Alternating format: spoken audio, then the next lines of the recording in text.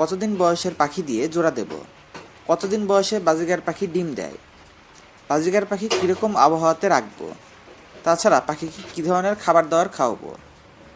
আজকের ভিডিওতে আমি এই সবগুলো প্রশ্নের উত্তর আপনাদের জানাবো। প্রথমে আসি, বাজিগার পাখি কতদিন বয়সে ডিম দেয়।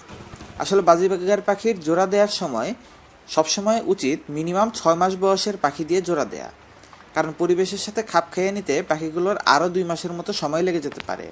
সব কিছু মিলিয়ে আপনি আপনার পাখি থেকে 8 মাস বয়সের পর থেকে খুব ভালোভাবেই ডিম বাচ্চা উৎপাদন করাতে পারবেন। তবে 6 মাসের পাখি দিয়েও খুব সহজে ব্রিডিং করানো যায়, তেমন কোনো প্রবলেম নেই, কিন্তু 8 মাসেরটাই সবচেয়ে ভালো হয়। আমার এই পাখিগুলোকে দেখুন, আমি এগুলোকে 5 মাস বয়স থেকে একসাথে রেখেছি এবং এখন ওদের 6.5 মাসের মতো বয়স হয়ে গেছে।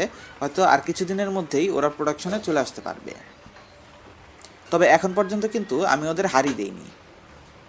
মোটামুটি পাখিগুলোর বয়স 8 মাস হওয়ার পরই আমি ওদের হাড়ি দেব। দ্বিতীয়ত আসে, বাজিগার পাখির ডিম কত দিনে ফোটে।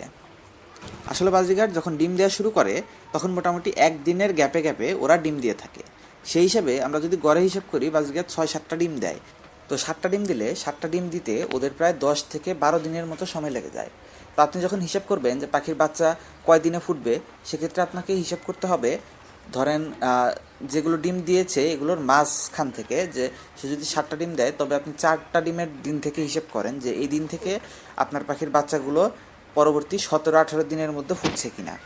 তো সাধারণভাবে বাজিগারের ডিম ফুটে বাচ্চা বের হতে 17 থেকে 18 দিনের মতো সময় লাগে, কিন্তু আপনি যদি 100% ক্লিয়ার কনফার্মেশন চান, সেক্ষেত্রে ওই লাস্ট ডিমের ডেটটা হিসাব করে পরবর্তী 21 দিন পর্যন্ত দেখবেন।